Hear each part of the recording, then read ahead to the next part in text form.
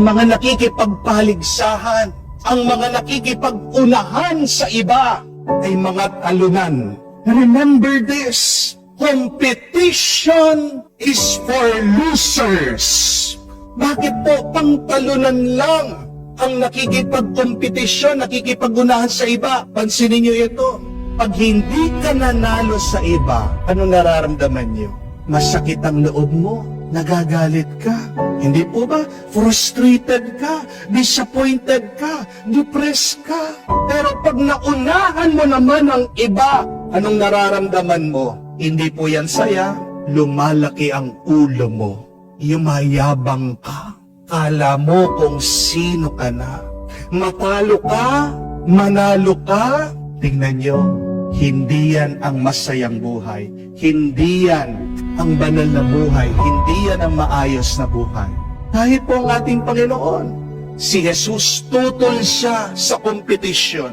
Narinig niyo sa Ebanghelyo, nag-aaway-away ang kanyang mga apostol. Binawal niya sila. Sabi niya, kung sino man sa inyong gustong maging dakila, kailangan niyang magpahuli. Kung sino man sa inyo gusto niyang manguna, kailangan niyang maglingkod. Nakakasira ng samahan, nakakasira ng iyong tuwa, ang pagkikipagkompetisyon. May napakaganda pong kwento tungkol po sa isang English rugby player. Ang pangalan po niya ay si Johnny Wilkinson. Bata pa lang po itong si Johnny, pangarap po niya na pagdating ng araw, siya'y makakapaglaro sa World Cup. Alam niya po, nakakabigla, 24 years old pa lang po siya.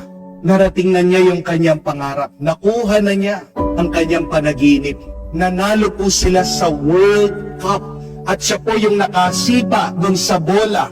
Winning goal. Pero alam niyo kung ano nangyari?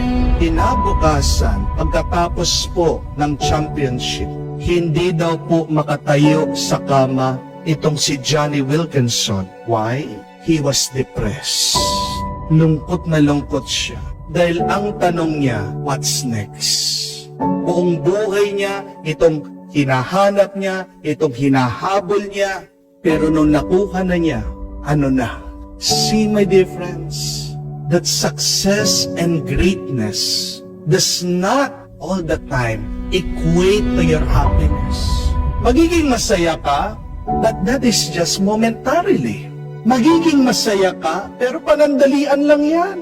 Hindi ibig sabihin, maunahan mo mga iba, you will reach the top, na mapupuno ka na ng galak, forever na yan. Mawawala yan. Kung totoo yun, bakit yung nag-champion, malungkot siya? Bandang huli, ang pinakamahalaga, hindi yung maunahan mong iba, magkaroon ka ng maraming pera, maging sikat ka. Bandang huli, bago ka man lumisan sa mundong ito, ang tanong pa rin, ako ba ay nagmamahal?